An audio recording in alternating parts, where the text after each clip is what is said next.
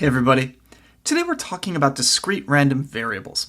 A discrete random variable is one whose possible outcomes can be listed.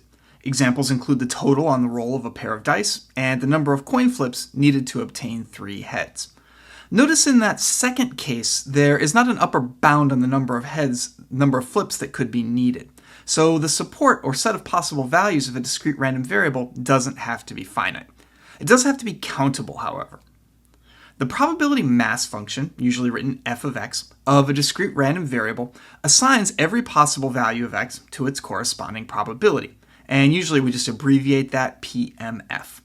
By the way, notice that the probability mass function is written with a lowercase f, and that's standard and actually kind of important. A discrete probability distribution is just a list of all the possible values of a discrete random variable together with the probabilities of each outcome. So here's where the listable nature of a discrete random variable starts to get important. For instance, if the random variable x is the number of windows in a randomly chosen room of a large house, we might have that x could be 0, 1, 2, 3, or 4 with corresponding probabilities 3/16, 5/16, etc. In this situation, we're in a house that has 16 rooms. There are 3 that have no windows, 5 that have 1 window, and so on. A discrete probability distribution can be represented visually with a probability histogram, like the one I'm showing here for that windows example. We know the probability that a room has no windows is 3/16, so the height of the bar at the value x equals 0 is 3/16. Every probability mass function has to satisfy 3 properties. If S is the support of the random variable x, then for any x in that support, the probability mass function has to be strictly positive. Secondly, the sum of all those probabilities has to be 1 if you sum up over all x in the support S.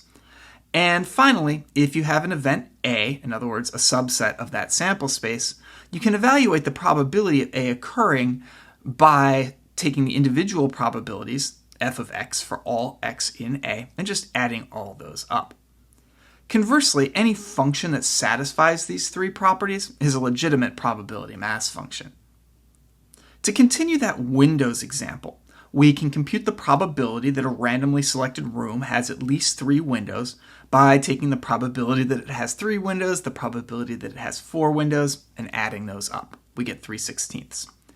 Similarly, we can compute the probability that the number of windows is even by doing f of 0 plus f of 2 plus f of 4, the probability that the room has no windows, 2 windows, and 4 windows. We add all those up, we get 9/16.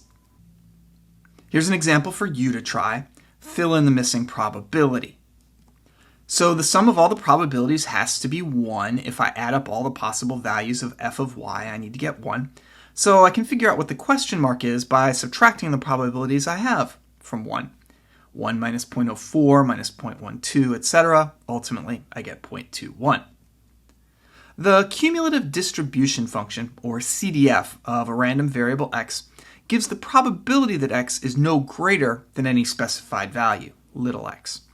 We always represent the cumulative distribution function with a capital F. So if the PDF is little f of x, the CDF should be capital F of x. This function is always defined for all real numbers, and it increases from 0 to 1 as x increases from negative infinity to positive infinity. For instance, going back to the discrete probability distribution from that last example, let's add a row showing the cumulative distribution function's values at 5, 10, 25, and so on. And then I want to graph the results. So I'm going to fill in this new row from left to right, always adding the current value of the probability mass function to what I already had for the cumulative distribution function. So big F of 5 is 0.04, big F of 10 is 0.04 plus 0.12, in other words 0.16, and so on. Notice how this cumulative distribution function really is accumulating probability mass as y increases. Even though our table only shows 5 values of big F of y, the CDF is actually defined for all real numbers. So for instance, we already wrote that big F of 50 was 0.79, but in fact big F of 100 is also 0.79. The probability that a random y value will be less than or equal to 100 is 0.79. A bit more technically, we can write the cumulative distribution function big F of y as a case function, like this. And so this is the algebra behind the graph that I showed on that last slide. A random variable with a constant probability mass function is said to be uniform on its support. For instance, if x is uniform with support 1, 2, 3, 4, 5, 6, 7, 8, then its probability mass function has to be 1 over 8. The probability of each of those 8 values has to be the same. There are 8 values, so 1/8. Here's an example for you to try before advancing. Write the PMF and CDF for a random variable x that is uniform on the integers ranging from -3 to 3 inclusive. So in this case, the support is -3, -2, all the way up to +3.